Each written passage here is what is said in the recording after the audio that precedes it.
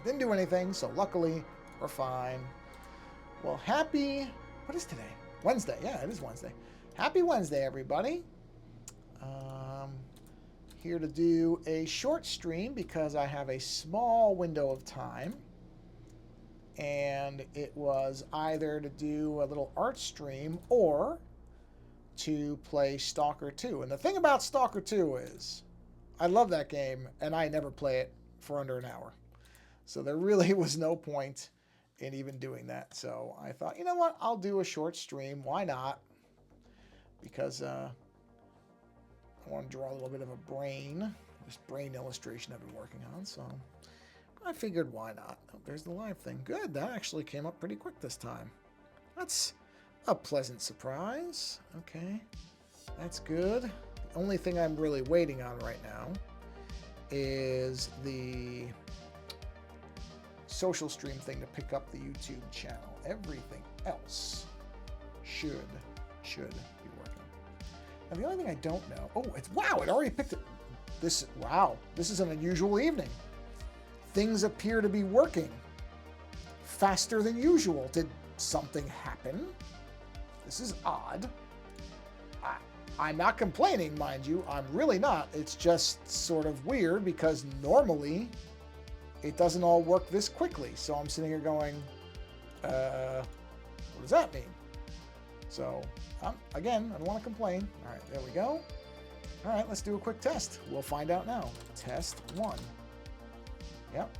Oh, you know what? I don't hear the sound because that thing's plugged in. Just a second. There we go. I keep forgetting I have to unplug that. Okay, and then let's do... All right, so that works. I see it. And let's do test 2 and see if I hear a sound this time. You might hear it too. That's fine. Oh, it's on mute. Let me do test 3. Sorry. There it is. There's the sound. We're good. Okay. Well, then, this is working. So, you know what? Why wait? Let's just roll that beautiful bean footage. Okay. And I actually remember to do reflector first this time. So it should come back and you should see a giant brain. And hold on. Giant brain. And there's the social stream stuff. All right. Well, wow. Jeez. Well, under 3 minutes. So no, still my normal 3 minutes. Did this post go through? Yeah, it did. Okay. Everything went through. Amazing. Wow. Huh. Okay. Well, I'm going to get a quick sip of water because I really didn't expect everything to work that quickly. Hold on a minute. Now that I think about it, I've never actually tested what this thing does. Hold on, does this work? Test 4. Yeah, it does. Okay. Let's go. Oh, wow. It responds on both. Not that I ever post. I guess I could do that in the future. I never respond in the text thing. I always just talk. But anyway. So here we have our brain. And I've had a day where I've actually been doing some things that are actually kind of like self-improvement and some educational seminar type stuff. And so I feel like I'm a little bit smarter than I was when I started the day, which is not something that happens often, but I welcome it. Piece of dust on the screen. So I thought, well, I'm just going to go ahead and stick with the general feeling of this day, and we'll draw something cerebral. So... Oh, what is on this screen? Hold on, let me use my cloth for the iPad that's, won't scratch it. There we go. I don't know where that was coming from. So yeah, let's do a little bit of brain work. This is going to be like I said, this is going to be a shorter stream. Very lightweight. I'm not, I'm just kind of playing around. I'm just doing something to, like I said, because I had this small window of time. And I knew it really wasn't enough to do much else. So I thought, well, there's no reason not to do a short little stream. Why not? And, just because I'll be honest with you. So for this drawing, a lot of what, at least for me, illustration ends up being once the big kind of bold stuff is done or the big overall stuff, it's a lot of, frankly, tedious detail work. Going in and doing stuff like drawing in all these little lines. I mean, you have to do this stuff. It has to get done. It's not always the most fun thing. This is one of those examples where somebody would probably say something like, well, you could have an AI tool do whatever for you. And whoa, wait a minute. Why is that there? Oh, I know what that is. That's the other shade. Okay. I couldn't tell what that was for a minute. It took me a second. And of course, I'm sure like everybody, you can't escape the AI thing. It's everywhere. It's just to the point where I'm just so sick of hearing about it. Honestly, it's not even that I think it's good or bad at this point. I'm just sick of hearing about it. I want people to talk about something else, anything else. Where is that? I just want to check where that shade of whatever is. Where is that? Because I'm just tired of it. It's all you hear about anywhere. There it is. So anyway, but I've had people say, oh, you could automate all this blah, blah, blah, blah stuff. Yeah, that's what I thought. Yeah, that's okay. I'm just going to stick with what I was doing. And, they're not wrong, but I guess I've gotten to a point for myself, and I don't want this to come across as, I'm not saying this for anybody else. Everybody makes their own decisions on what things they want to use and what they want to do, and I'm not trying to tell you that you're right or wrong for anything that you're doing. But I think what I've realized that is for me, and this is, by the way, because, and I want to say this in a way that doesn't make it sound like I think I'm somebody that's a great artist or anything, because I don't. But for me, I'm fortunate enough to have the ability to draw like this. I have that skill for whatever reason. I've got it. So for me, I think where I've arrived at, still something on my screen. Oh, I got it. No, it wasn't. I looked like it was still on screen. It wasn't. I think where I've arrived at when it comes to these AI tools and whether to use them or not is I'm not necessarily opposed to using them in any kind of just principle, like some people are. And I understand. I'm not, again, I don't want to come across like I'm saying I don't understand where people are coming from on this stuff, because I do think that it is not an easy answer on whether these tools are even ethical to use. I think people have made very good arguments on both sides of that argument. Very good arguments on both sides of that argument. Very good arguments on both sides of that debate. That's proper English. But for me, I kind of was thinking about it the other day, because I'm like, yeah, I could probably use some of these tools to do things faster. And to be fair, and to just be, again, I want to be honest about this. I sort of am. We all sort of already are using these types of tools. They just weren't called this and they weren't this advanced before. But honestly, I'll just show you, just because this is true, right? See that? See how it just rounded that? Or if I click this and I say make it a circle, that's an AI tool. It is an AI tool. That is absolutely an assistive tool to allow me to correct for something that I can't do naturally. Now, could I very slowly, deliberately, could I probably draw a nice half circle without the thing assisting me? That's pretty good. It's not a perfect circle, half circle, but it's not bad. I could, see how long it took me as opposed to going like this and holding that for a minute and then saying, okay, whoa, I didn't know it could do quadrilateral. All right, well, I didn't even know it could do that. But what my point was, is it can correct that for me. So that's a case where, yeah, in a way, I'm already using these tools. But in terms of the larger stuff, like creating a whole image, like could I say to a Mind Journey or whatever tool you want to pick, okay, I'd like to generate a brain at about 9 by 12 inches, and I want the brain to basically be a mirrored image of itself, and I want it to be in shades of pink with bold lines showing the actual folds of the brain, and then thinner lines showing the accent parts of the brain where the shadows kind of subdivide. And I don't want it to be gradiated. I want the subdivision colors to be very harsh. Could I sit there for 20, 25, 30 minutes crafting prompts, making something that would make this? Yes, I could. But I can draw it.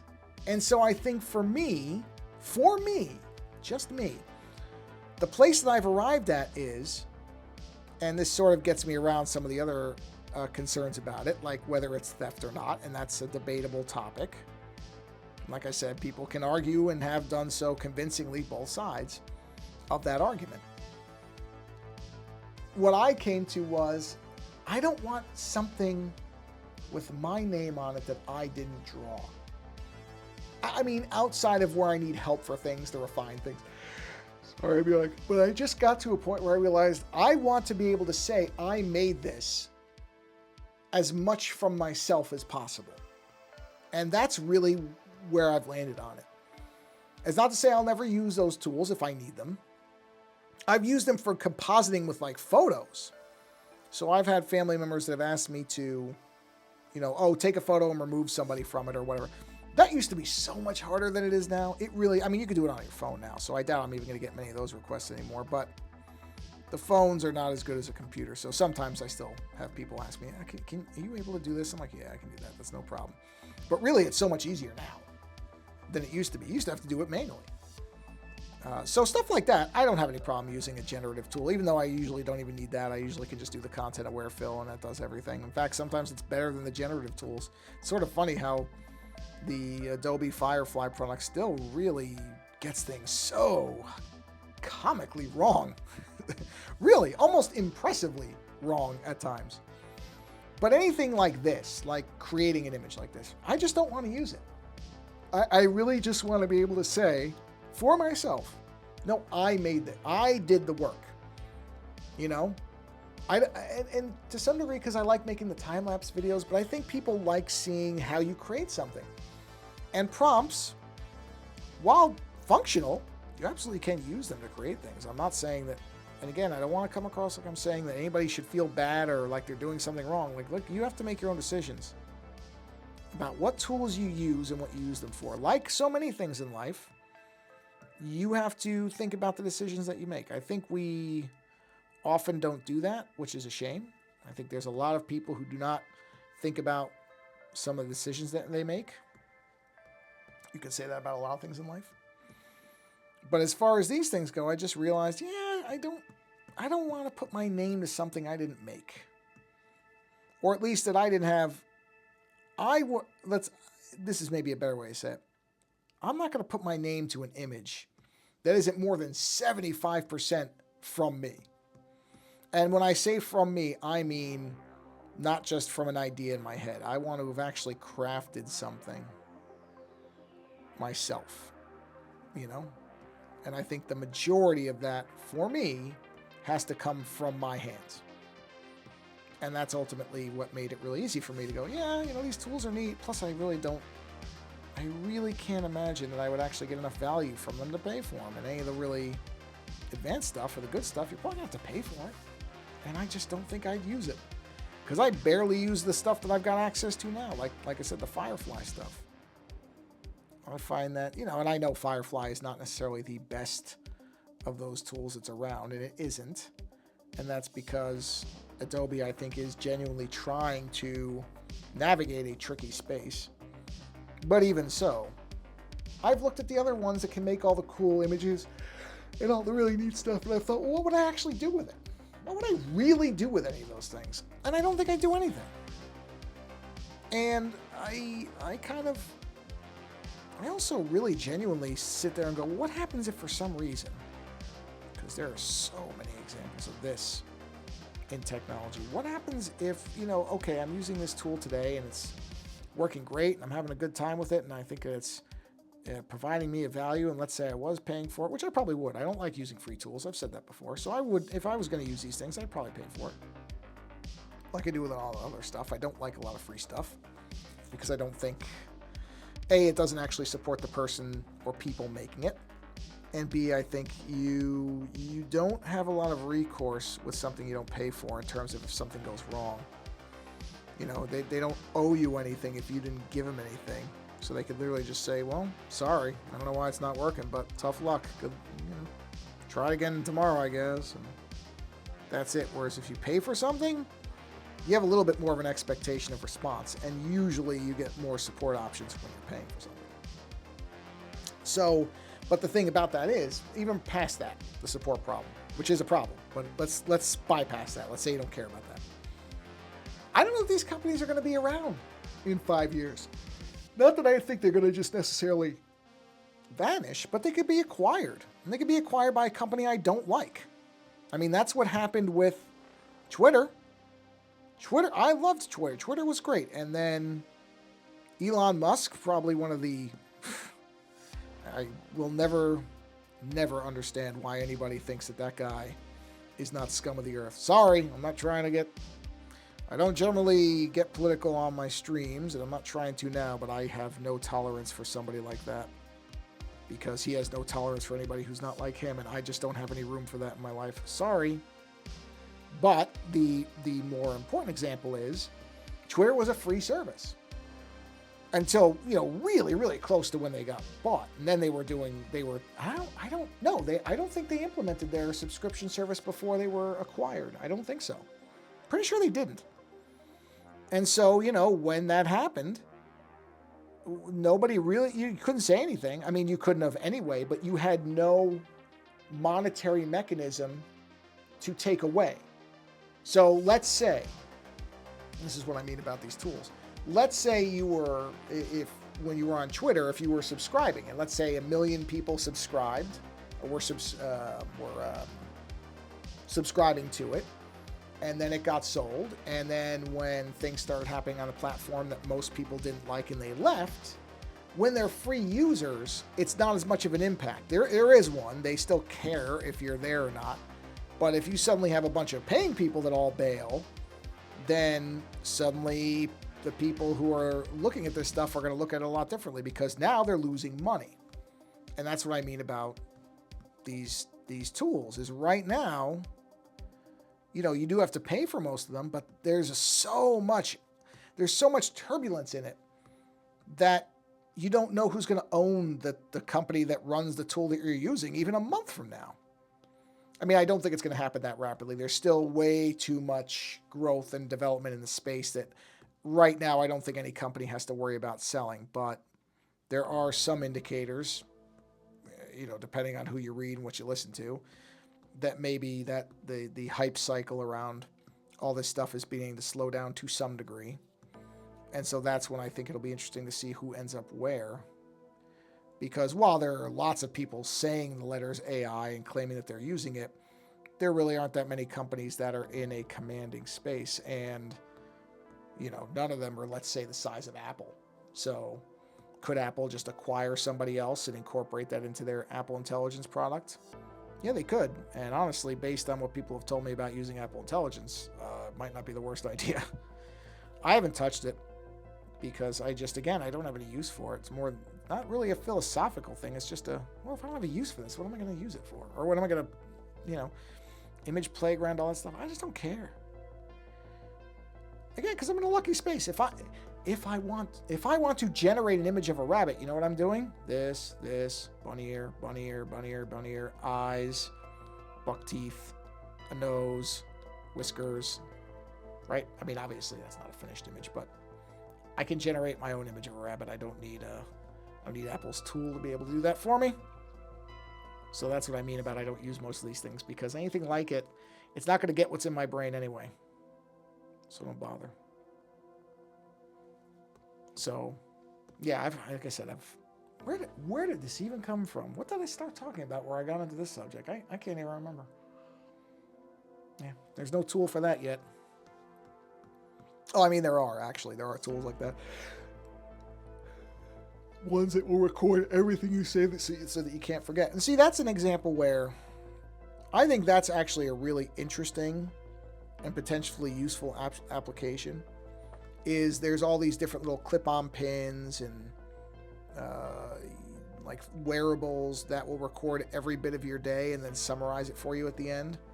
I mean, there's a number of problems around it which have to do with consent of anybody that you might talk to, and whether there's any legal ramifications of that. So I think some of that stuff is going to start getting hammered out.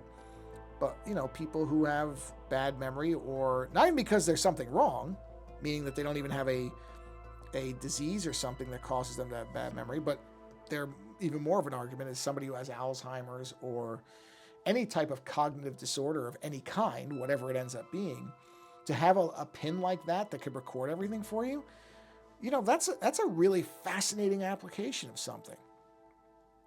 That could be potentially really helpful to a lot of people. And that's why I don't want to be one of these individuals who just, let me use a different pen, who just writes all this stuff because, I'm an artist. That's it's being a little bit selfish to just say, oh, this stuff shouldn't exist because it could potentially stop me from getting an art job. Or work, I guess I should say. I don't think I'm getting an art job, even if these tools don't exist.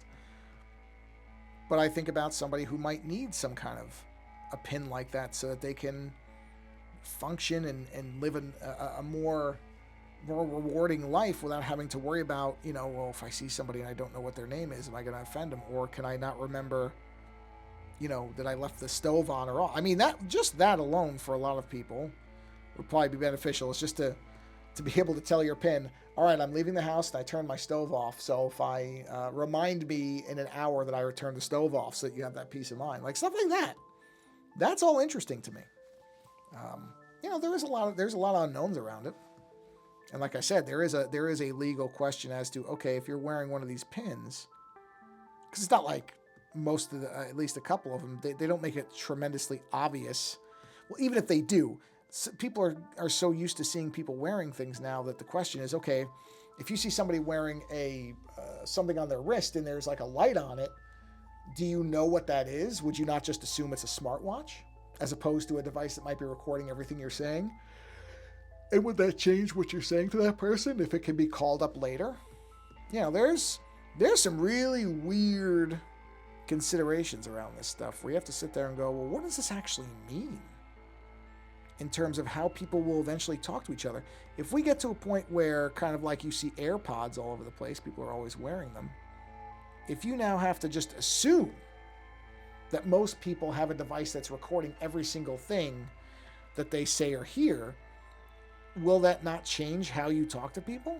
Won't that make interactions with people much different? Because, right now, if somebody were to walk up to you holding a microphone and ask you your opinion on something, you might not say the exact same thing as if somebody who you just happen to know is somewhere you are and says, oh, by the way, I read this thing. What do you think about that? But no obvious recording thing, you might say something very different.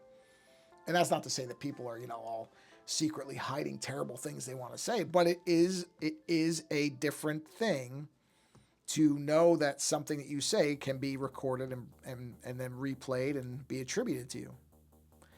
And even beyond that, of course, there's the idea that people could just falsify things now. So even if you didn't say something, somebody could fabricate that you said something. It's a crazy world. It's going to be a very interesting next probably 10 to 15 years because a lot of this stuff is in rapid motion and a rapid change, and I don't know where it's going to end up. There is definitely something on my screen. Hold on, let me use this to get that off. Did I get that off? Yeah, I think I did. Okay. So I don't know.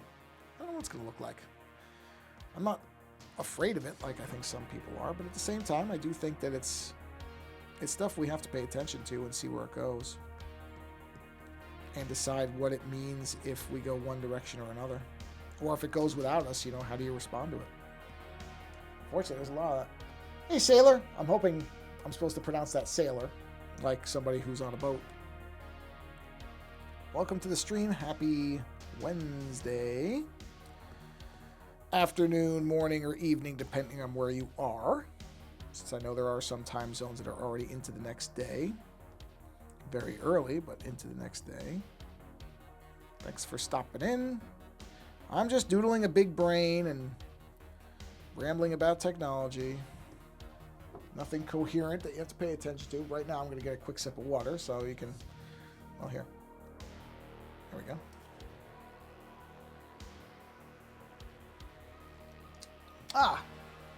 Well, that's a nice part about it. Oh, I'm going to not choke on drinking water as I'm trying to talk as I'm finishing swallowing. I used to change my usernames all the time. All the time. Oops. When I was younger, I would change usernames so often. Yeah, well, you know what? I've had this idea of drawing a brain in my head for a while. Ironically, in my head. That was not meant to be a pun. Just happened to work out that way. I finally just got around to doing it. I don't even know what I'm going to use it for. But I want to draw it. So why not? Just in case I need it. There's things that I draw, not because I actually have an idea that I'll use them for something, but I just have an idea. What if I need a drawing of a brain? I don't know. It's goofy, but it's how it is. I'm trying to find something that fits my channel. Well, what's your channel about? I'm not necessarily saying I'm great at names, but I'm happy to spitball a few and see if anything fits. I mean, take it with a grain of salt. It's not like my podcast channel name was a name I even like anymore, but that's the problem is stuff like that. You sometimes you look back and you're like, yeah, why did I pick that name? It's a really silly name. Or it just isn't one you like anymore. I shouldn't say like it's silly, but people's tastes change. Something that you think is a great name when you're at one point in your life can later seem like a really dopey name that you hated that you picked. Just works out like that sometimes. It's one of the main reasons I've never gotten a tattoo. I know how much my brain changes on things. Like art drawing, I do character makeovers, if that makes sense. Okay. Character makeover. No, it makes sense. Interesting. So this name would be for your actual channel, or this would be... Oh, yeah, it would be. So you're saying it's for your channel. So it would be something that you would call a channel. Whoops. Where you do makeovers of characters. Ooh, that's interesting. That's interesting. Okay, let me think about this. Because this is actually kind of an interesting brain exercise. So do me a favor. Describe what you mean by character makeover. Is it that you're changing a character that's known for being done in one kind of style to another? Or is it, and I'm being very literal here, where you take a character and like draw them with a different type of makeup or coloring or something? Character makeover, I'm trying to get an idea of what exactly that means. Because that might help. It might not. I'm not, like I said, I'm not going to pretend that I'm going to come up with a name for you in this that's going to be any good. I'm certainly not one of those people who necessarily can come up with clever names on the spot. Sometimes I can come up with funny sounding words. That might work, but it might not. But like character makeover, I'm curious what that actually means. As much as you can describe it. If it's not easy to describe, I get it. It's not like I can describe my channel to most people with any type of real good description. This one's easy because I can be like, I draw on it. That's it. It's an art channel. I can be nice and vague. That's the nice part about art. You can just be vague about it. And nobody's surprised. You're like, oh, it's a channel for my art. What's your art? Oh, it's whatever I feel like making it. Oh, okay, got it. Let's see. Basically change the colors of their outfit and keep the style. Oh, interesting. Okay. Okay. Ooh, so, So colors, oh boy.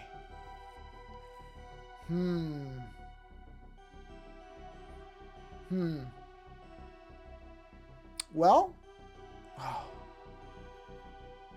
colors or outfit. Okay.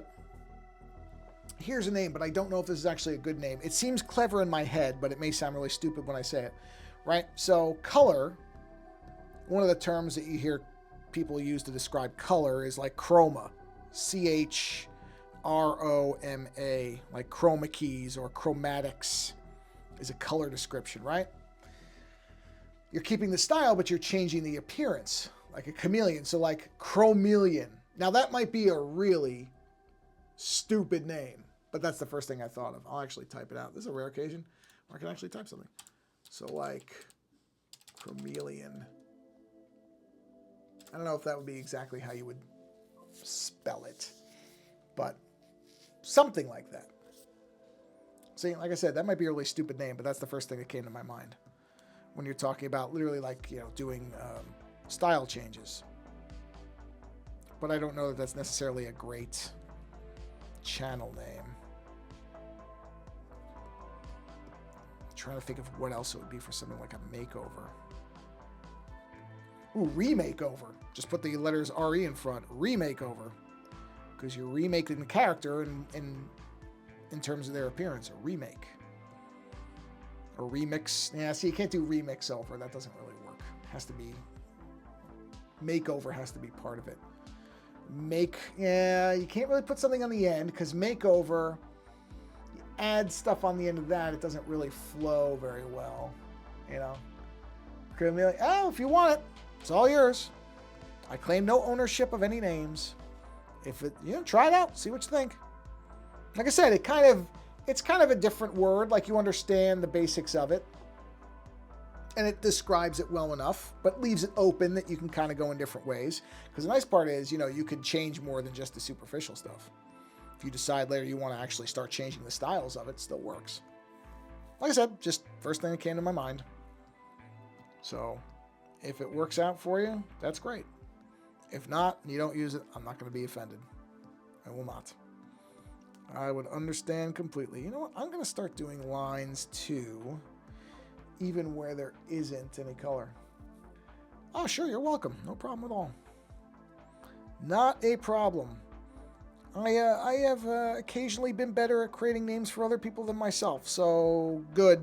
At least somebody benefits from it. And the nice part is, if you don't like it, just change it. Let me see what I want to do here. I do want to actually have accent lines too. Let me see. Let me just get a look at this. Okay. Well, these don't all have to be set. How many layers do I have with this? I think with this one I have a lot of layers. Go back into it. Go back to the layers. Where's the canvas? There it is. I think I have a lot of layers on this one. I think a lot more than I expected. Yeah, I have 189, and I've only used 20, so I've got plenty of layers for this thing. Okay, so. All right, what do I want to do? Well, I guess I'm going to let's unassist that in case I need something later. Let's turn the assist on this. Let's go to the taper pen. Oh, right, I can't do that without using the actual pen. Well, that's pretty small. I don't think I want the lines that small, so let's bump this up to 10, say.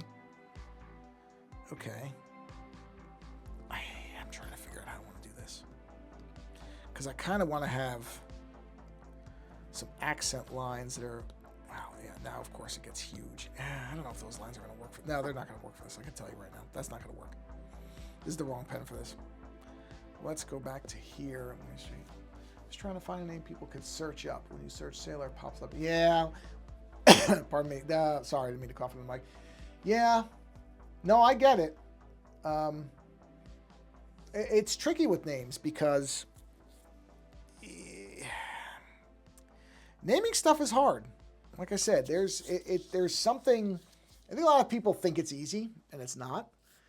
It's not, because you do want something that is, I don't know if you want to say it's obvious, really, but you do want to have it be searchable, but also be unique or distinct. So if you literally just put character character makeover specialist, like nobody's gonna, it's not a channel that somebody would actually probably click on. But you have a clever name where they have to think about it a little bit, and for some people, that's the thing that'll get them to look at the channel. So, yeah, it's not simple. Naming things is much more difficult than most people think it is. It's kind of like logo design. Yeah, see, well, that's the thing, is you want to friend of mine, Sailor and Han find me. It was funny. Yeah. This is what I was saying about like logo design. There was somebody the other day who was saying, how long does it take you to come up with a logo? Just was asking me.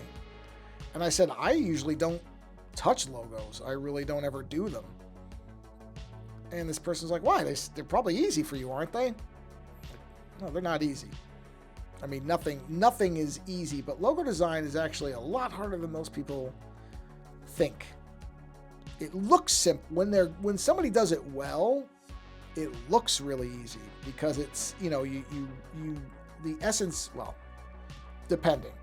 A lot of logos, I'll say it that way. A lot of logos, the goal is to have something that's just easily identifiable at a small scale. So you can't get really complex with it, because if you shrink things that are really complex down, like this brain, if I shrink that down to what's on a business card, well, I mean, how much of that can you really see?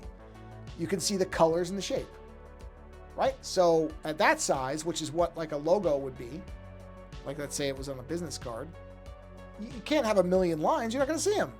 Whereas if you blow something up and make it a lot bigger, well, then you can see all of it. So logo design is a lot of trying to convey a lot of information with minimal lines, or at least a lot of logo design is. Not all. There are complex logos. There are people who actually like to have logos that are more intricate and involved and all that stuff, and that's fine. But for most people, in this case, this person was looking for something very specific but simple. Did not want to have a lot of lines. And I ended up making the logo. And it worked out. It wasn't bad. It was actually a smoother process than I thought, partially because this person knew enough to say, well, I wanted to have these elements. And I said, well, can you show me some examples of stuff that you like, logos that you like? That's another thing that I think is really helpful if you're going to do any type of design work, and I mean of anything, not just logos, but anything for somebody, is encourage those people to show you things that they like or that they want it to be similar to. Not because you're going to copy it, but so that you don't just go off onto some kind of weird random track and then you make something that they absolutely hate. You don't want to spend any amount of time making something that in the end the person was never going to like to begin with, because now you've just wasted everybody's time. So, that ended up being pretty easy. So I was happy with it. I was happy because the person liked it. As far as the actual logo, it was fine. Like I said, I don't do a lot of logo design. I don't get all that attached to it because I don't do much of it. So it was nice that it worked out, but I didn't really look at it and go, wow, yeah, look at that logo I made. Because logo design is just not something I generally do. I respect it when I see somebody who does it well. I understand what it involves. Oh, that's great. See? And as long as they told you what they wanted and they were clear about it, it's fun doing stuff like that. I'm working on a commission now, a magic commission. And the person was clear about what they wanted. So I did a kind of preliminary sketch, showed it to them. They were like, that's exactly what I want. Like, perfect. I know what I'm doing then. I would work on it tonight, but I'm still letting the ink dry on it. It's the only problem with those pens. I really like Copic pens, but they take a long time to dry. Partially because magic proofs, I think I talked about this in the last stream, have a coating that I think makes it tough for them to dry not properly, but quickly. So, I usually, anytime I do any significant amount of work, I gotta wait a couple days. Let that dry so that I can actually touch it. Because otherwise I'll just end up smearing ink everywhere and it just looks terrible. So that's perfect. That's what you want. I mean, honestly, like I said, the thing that I think trips a lot of people up is that they're just not clear about what they want. And I think some of that, to be fair about it, is I think some people think that artists don't want you to tell them what to do. They just want to do their art. And I'm sure there are people like that out there. I'm certainly not one of them. I'm happy to have people say, well, this is kind of what I'm looking for. I'd rather that than, like I said, I spend a couple hours making something and find out it's nothing like what the person wanted. Well, what good is that? Because it's not like that person's going to appreciate the work. And now I feel like I wasted my time. So I'd rather somebody say, well, this is what this is the general idea and sort of the overall style I'm looking for. Like with that logo, this person said, well, I like Art Deco stuff, which I happen to like that too. So that made it really easy because I'm like, okay, yeah, I know Art Deco, so I know what you're looking for. There's like a specific, not only a limited set of lines, but you kind of know generally that Art Deco has a lot of striking, like big sharp triangles or circular stuff or repeating patterns. And so it made it really easy because I went, okay, I know what you're looking for. And it worked out. So again, when the people tell you what they want, I try to stay in contact with them throughout the process and send them the line work and all before. Yeah, that's it. Yeah, that's what I did with the magic card. Is this person explained what they wanted, and I went okay, and I told them, because a lot of magic artists can paint really well and they paint on the cards. They can paint at a small scale. I can't. I am a terrible painter. And I'm especially a terrible painter at small scale. So I right away wrote back to this person. I said, I just want you to understand, here's cards I've done before. This is not a painting. You don't want me painting or it's just going to look awful. So are you okay with the fact that it's not? Because those people who can paint on the cards, those people are unbelievable.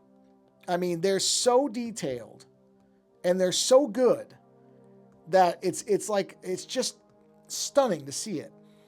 But they can also replicate their art a lot better because they, in most cases, painted the card piece to begin with. And so I just wanted to be clear with this individual and be like, all right, that's not me. My stuff is more cartoony, and I'm using pens as opposed to paintbrushes and paint. And so the colors are going to be a lot more vibrant and kind of broad stroke type of thing. It's not going to be as, you're not going to see a lot of shading and like gradations in the color. It's going to be very bold and very, simple is the wrong word, but simplified. And this person was fine with it. So I'm like, all right, as long as you're understanding what you're going to get, and that's why I sent examples, then we're good. And I'll do it. And I'm looking forward to it because, like I said, it's only at the really kind of early stages because I got to let the base ink dry now.